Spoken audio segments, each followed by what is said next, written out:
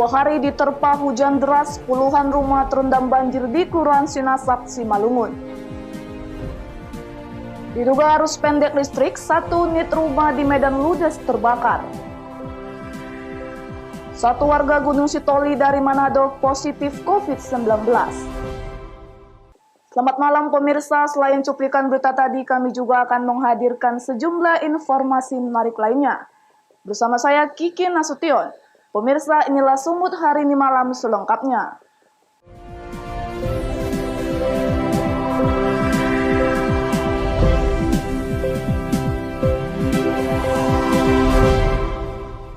Pemirsa, akibat hujan deras selama 2 hari melanda wilayah Kabupaten Simalungun, mengakibatkan puluhan rumah terendam banjir di Kelurahan Sinaksak, Kecamatan Tapiandolo.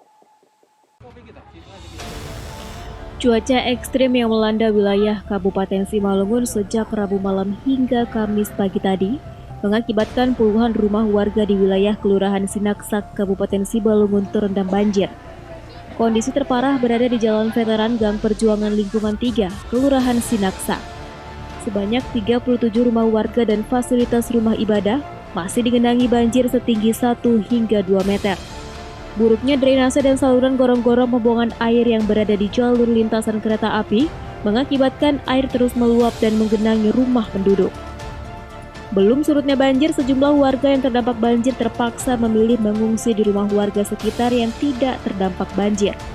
Sejumlah warga masih berupaya mengevakuasi barang-barang berharga milik mereka. Ini sudah lama nih sebenarnya. Sudah lama kejadiannya, setiap turun hujan ini selalu di sini banjir, Pak. Artinya di sini permasalahannya adalah gorong-gorong kita yang ada di bawah PJKA sudah tertutup. Artinya ini sudah beberapa kita buat surat ke Badan Penanggulangan Bencana, sudah sampai. Artinya setelah kita sampai pun kalau pihak dari kabupaten sudah meneruskan ini, Pak. Artinya ini masih terkendala di pihak PJKA. Sampai sejauh ini ada berapa warga yang terdampak banjir ini, Pak? Sesuai dengan tinjauan kami dari kelurahan, ada sekitar kurang lebih 37 kakak, Pak. Sementara itu, pemerintah Kabupaten Simalungun dan Dinas Kesehatan telah membuat posko dapur umum, posko pengungsian hingga posko kesehatan guna memberikan pelayanan kesehatan bagi warga yang terdampak. Penta News Sembiring melaporkan untuk Evarina TV. Dalam rangka Hari Bayangkara ke-74, personil kepolisian di jajaran Polres Labuan Batu melakukan donor darah. Sedikitnya 200 kantong darah telah terkumpul untuk nantinya disalurkan ke masyarakat yang membutuhkan.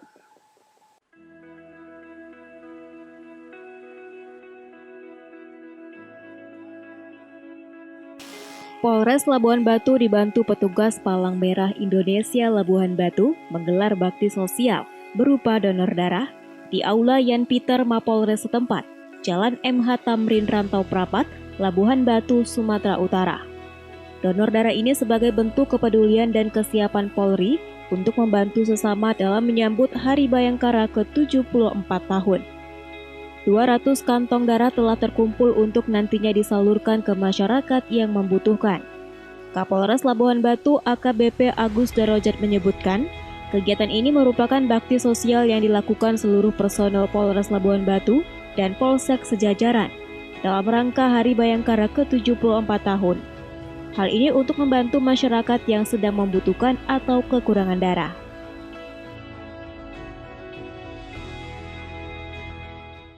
Pagi ini seluruh jajaran Polres Labuan Batu, baik dari anggota Polres sampai tingkat Polsek, melaksanakan donor darah bekerjasama dengan PMI Labuan Batu di dalam rangka Hari Bayangkara ke-74. Donor darah ini bertujuan untuk membantu masyarakat yang membutuhkan kekurangan darah.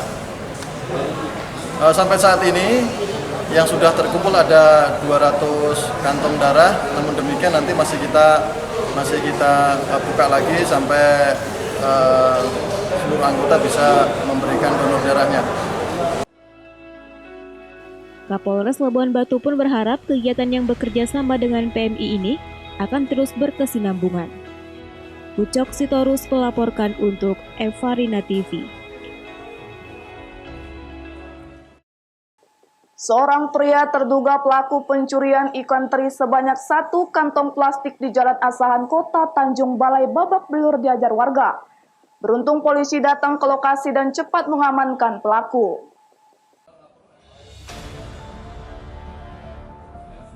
Pria berinisial DD alias K ini tidak dapat berkutik lagi dan hanya bisa pasrah setelah berhasil ditangkap warga saat mencuri ikan teri di sebuah gudang di Jalan Asahan, Kecamatan Tanjung Balai Selatan, Kota Tanjung Balai. Pelaku babak belur dihajar warga yang kesal terhadap perbuatan pelaku. Beruntung pihak kepolisian tiba di lokasi dan berhasil mengamankan pelaku dari amukan warga.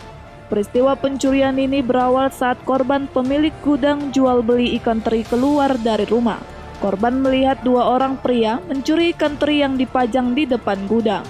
Sontak, pemilik meneriaki pelaku dan 1 pelaku berhasil ditangkap sedangkan rekannya berhasil kabur.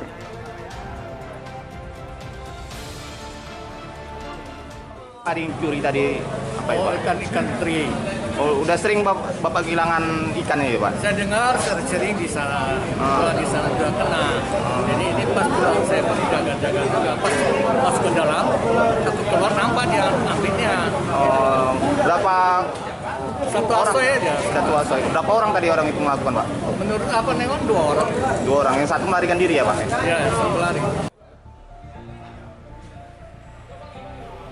Untuk mempertanggungjawabkan perbuatannya, pelaku kini dibawa petugas ke Polsek Tanjung Balai Selatan untuk dimintai keterangan dan penyelidikan lebih lanjut. Wanda Pratama melaporkan untuk Evarina TV.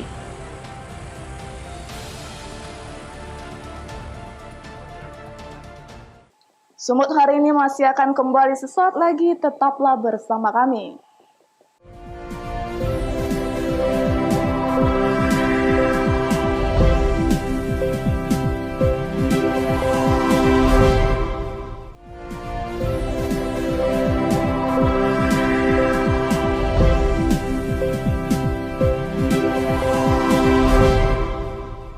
Terima kasih masih bersama kami.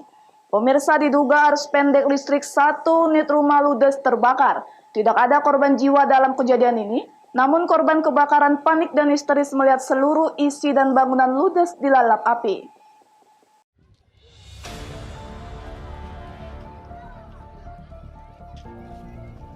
Satu unit rumah semi permanen yang ditinggal pemiliknya di kawasan Jalan Aloha Lingkungan 2, Kecamatan Medan Labuhan, Sumatera Utara, sempat membuat panik warga untuk memadamkan api dengan alat seadanya.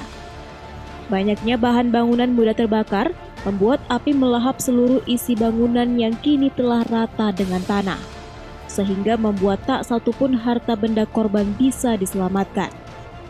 Api berhasil dipadamkan 1 jam kemudian, setelah warga bergotong royong memadamkan api dengan alat seadanya. Mobil pemadam kebakaran dari Pos Belawan tak kunjung tiba di lokasi kejadian. Korban kebakaran mengatakan rumah dalam keadaan kosong sejak pagi. Tak satupun harta benda bisa diselamatkan oleh korban.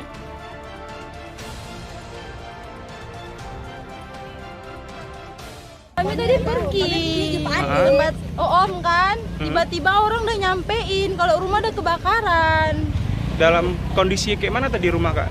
Semua mati, kami selalu pergi, semua kami matiin, nggak pernah kami iniin. Dari jam 10 pagi semua kami matiin, masa baru ininya.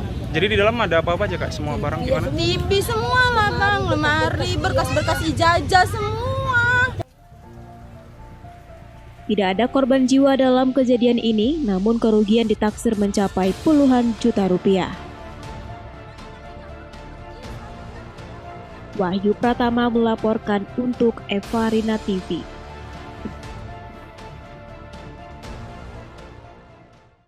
Untuk menjaga stok ketersediaan darah di masa pandemi COVID-19, PMI Tapanuli Selatan bekerja sama dengan Polres Tapanuli Selatan dan Brimob-Yon C Polda Sumut melaksanakan donor darah. Kegiatan bakti sosial ini guna meringankan beban warga yang membutuhkan darah, terutama warga kurang mampu.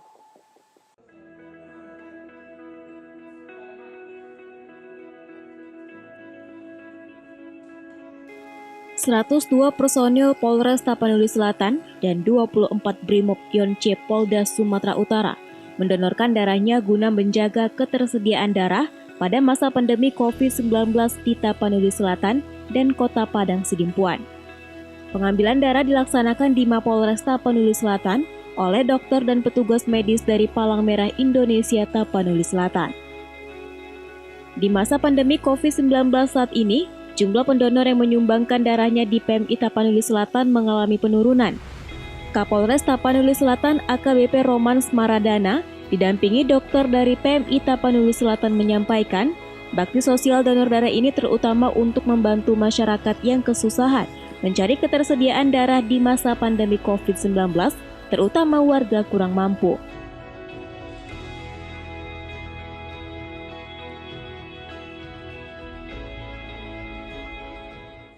Internal kita dari Polres Tapanuli Selatan, kemudian juga mengundang dari rekan dari Brimob Batalion di Sipirok, Batalion C Sipirok untuk melaksanakan donor darah yang diselenggarakan oleh Polres Tapanuli Selatan bekerja sama dengan PMI. Kegiatan ini dalam rangka kita untuk membantu memang masyarakat yang membutuhkan darah, donor darah dari Polri untuk masyarakat. Azan Sinaga melaporkan untuk Eva Rina TV.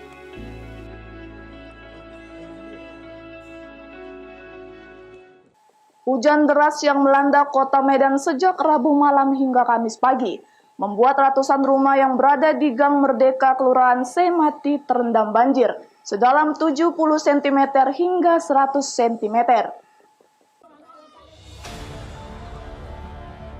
Tingginya intensitas hujan yang terjadi di kota Medan membuat beberapa daerah yang berada di pinggiran Sungai Deli terendam banjir sedalam 70 cm hingga 100 cm. Seperti di Gang Merdeka, Kelurahan Semati Medan, hujan yang terjadi sejak malam hari membuat ratusan rumah yang berada di bantaran Sungai Deli ini terendam. Tidak hanya itu, banjir yang terjadi juga merupakan hujan gunung kiriman. Selain itu, penyebab juga karena pendangkalan di sungai dan banyaknya sampah. Tepas, salah seorang warga korban banjir mengatakan, banjir yang terjadi di lingkungan 9 ini sudah sering terjadi. Banjir paling parah hingga mencapai atap rumah.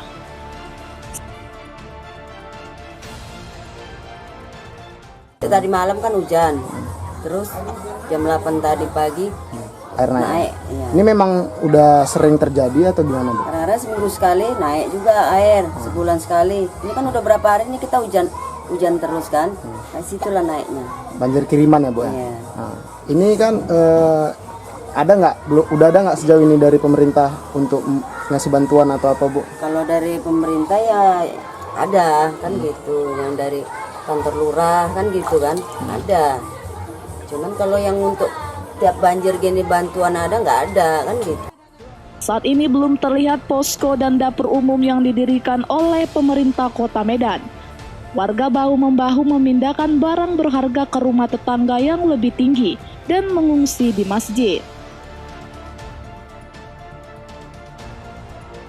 Wahyu Pratama melaporkan untuk Eva Rina TV. Sumut hari ini masih akan kembali sesaat lagi, tetaplah bersama kami.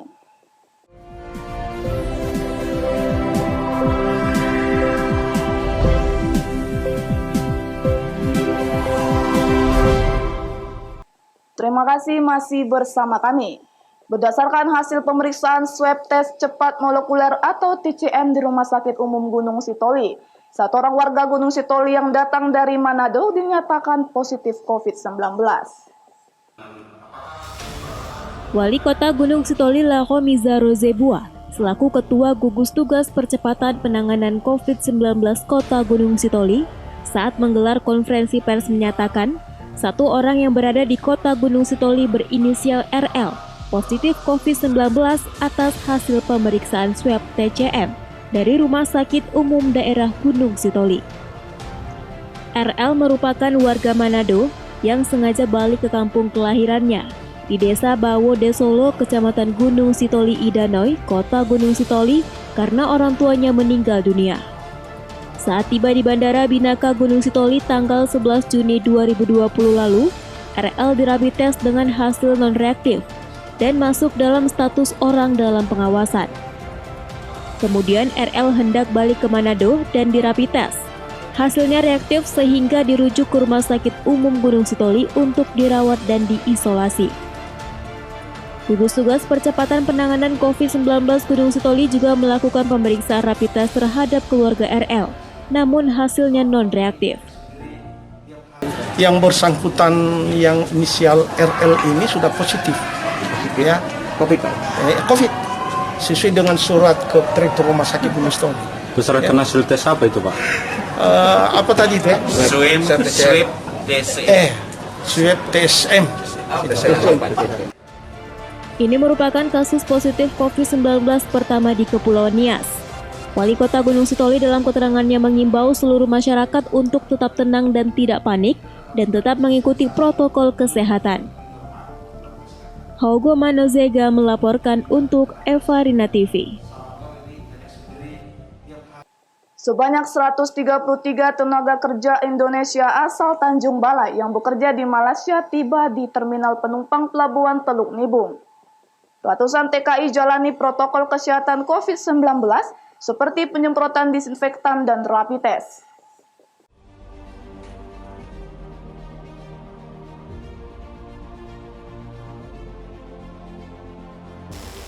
Kapal feri yang mengangkut sebanyak 133 tenaga kerja Indonesia asal Tanjung Balai dari negeri jiran Malaysia tiba di Terminal Penumpang Pelabuhan Teluk Nibung, Kota Tanjung Balai pada Rabu sore kemarin. Setibanya di pelabuhan, seratusan tenaga kerja tersebut dilakukan penyemprotan disinfektan dan pengukuran suhu tubuh. Usai penyemprotan, para TKI menjalani pemeriksaan rapid test.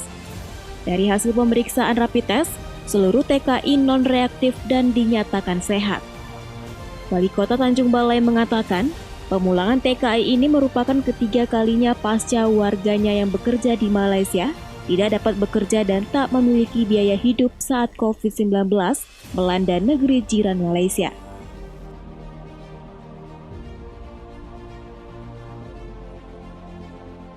Jadi warga Tanjung Balai yang kita jemput ke Port Kelang ke Malaysia yang berjumlah 133 warga Kota Tanjung Balai. Ini trip keberapa, Pak? Tentunya ini kita lakukan yang sudah tahap ketiga, ya, tentunya yang berjumlah 420. Ya. Ada yang sakit atau gimana, Pak Wali? Alhamdulillah sampai sekarang kita mengecek sehat dan tetap kita melakukan protokoler COVID-19 untuk dalam ketibaan mereka di Kota Tanjung Balai.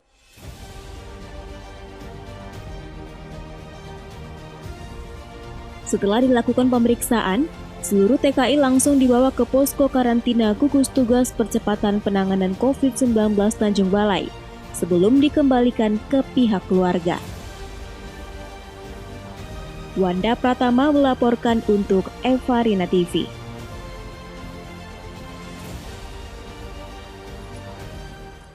Pemirsa, demikianlah rangkaian informasi dalam Sumut hari ini malam ini. Saya Kiki Nasution mewakili kerabat kerja yang bertugas pamit undur diri. Terima kasih atas kebersamaan Anda dan sampai jumpa.